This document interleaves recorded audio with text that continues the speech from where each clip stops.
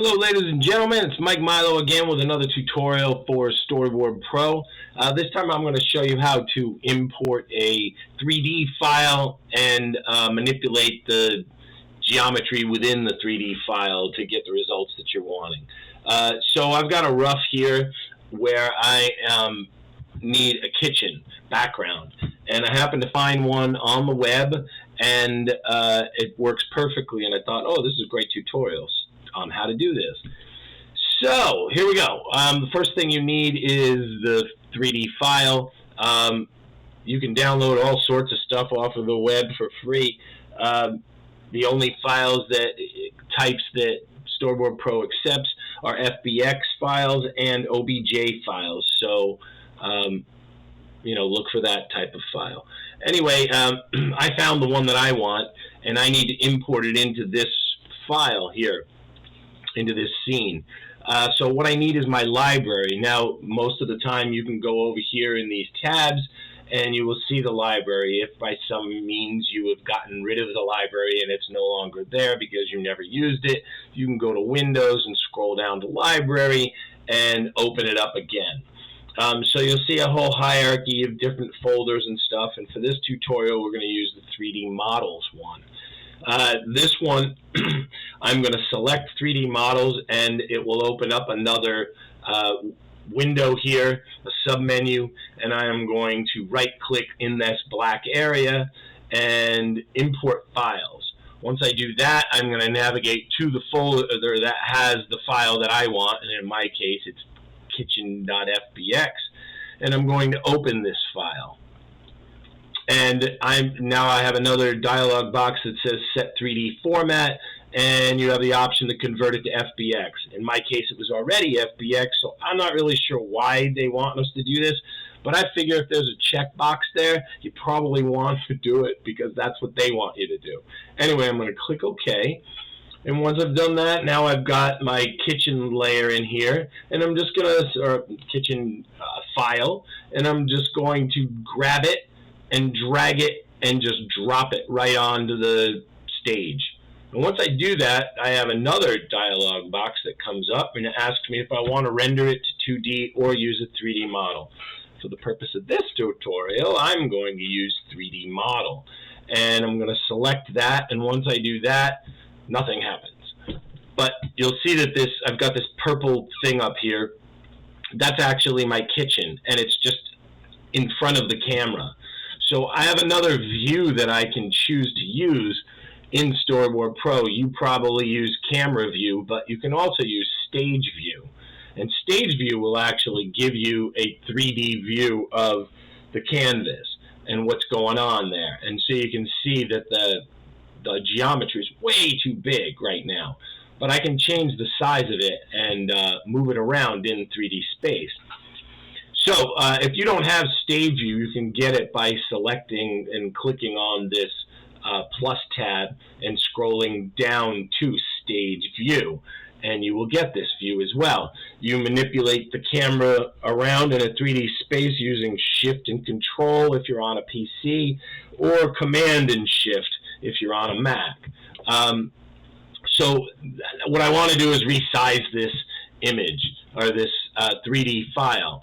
And a regular cursor will not do. In this case, you need to use the layer transform tool.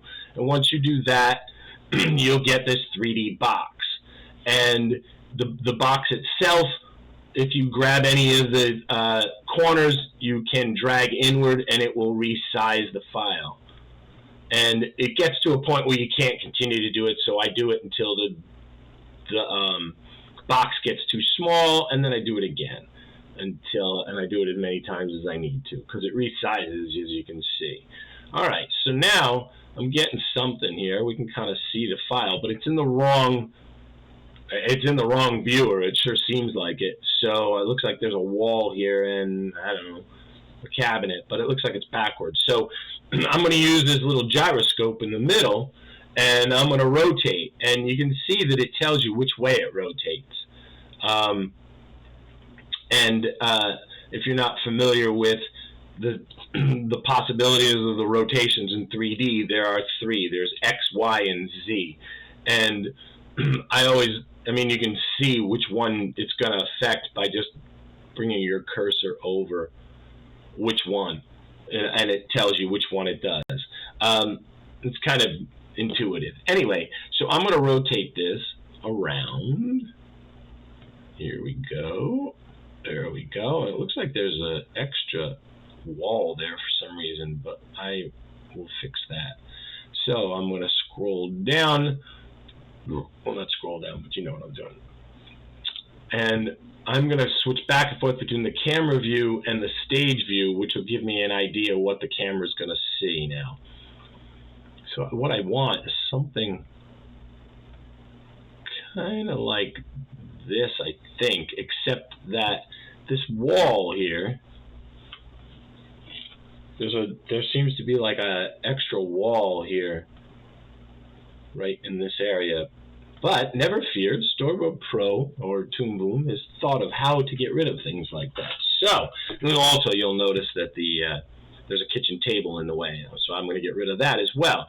And the way that you do that is to go to Windows and scroll to the first one, 3D Graph. And when you do that, there's nothing there until you select the file. And once you do that, well, it disappears for me, but here it's back again. Now I need to find the different files that I want to get rid of, like this kitchen chair and stuff here.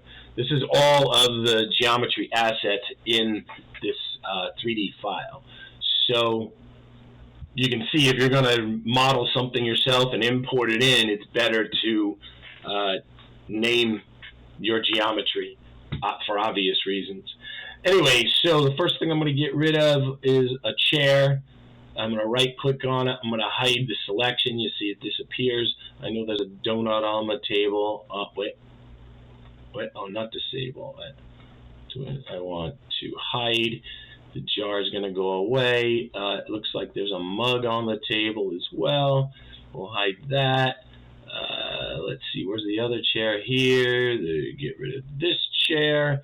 I got a table. Where's the table? Table. There it is. I'm going to hide the table. And then there's a dish. I don't see the dish. Is it a dish? No. You can actually search, as you just saw me do. Let's see. Oh, but I just clicked on this one, the floor key. And that's that weird floor, apparently. Now, what's interesting is I can move this around if I choose to, so I could get rid of it without deleting it or without hiding it, but I'm going to just hide it.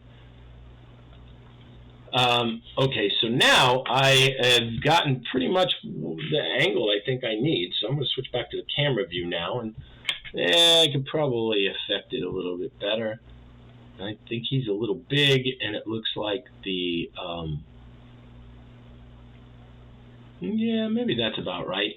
But it does look like it would be cool if I could increase the fridge. And if I just select it in the 3D graph, I can grab that box and resize. And I don't know, that's kind of cool as far as I'm concerned. So now, one last thing, because I remember that there was a succulent. No, not that one, but there was another one. No, a plant. Here it is. I saw a plant over here that was eaten up by the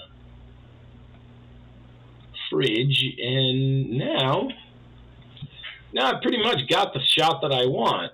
So let me turn off the background here. Yeah, and you can see that works pretty well, actually. I could also select the wall. Let's see, wall. Yeah, it looks like I can select that. Although it looks like it's selecting everything. Oh, whoa, oh, the wall shelf. Oh, that's interesting. Wall shelf. Hold on, it looks like something else is hidden. Oh, by another wall. That's exactly it. Yeah, okay, cool. All right, so let's just, because this is no problem for us, I'm just going to slide this backwards. And now everything is behind. And if I make it a little bit bigger, too. Anyway, let's see what that looks like. Yeah, see, we're getting somewhere now. That looks actually pretty cool. All right, And what there looks like there's a floor. So let's see. Can we resize the floor? Where is it? Where is it? Where is it? Come on. If you see it, call it out. Yeah, thank you. Got it. All right, here we go. Ready? Yeah, look at that. That's so cool. All right, awesome. So anyway, this is how you would import 3D into a Storyboard Pro file. And so now another thing that you can do is, it doesn't have to be all these colors and everything. I can right click on the file itself, on the layer itself, and I can make it flat. And now if you look at it, if it's not selected, now it's just black and white. And so now what I would typically do with this is I would just trace this shot individually and see, I'm just, you know what, although I will say that red probably works the best. And that's pretty much the tutorial. I hope it's useful to you. If it is, please mention it and tell me, and like and subscribe. I appreciate it. You guys be good. See you next time.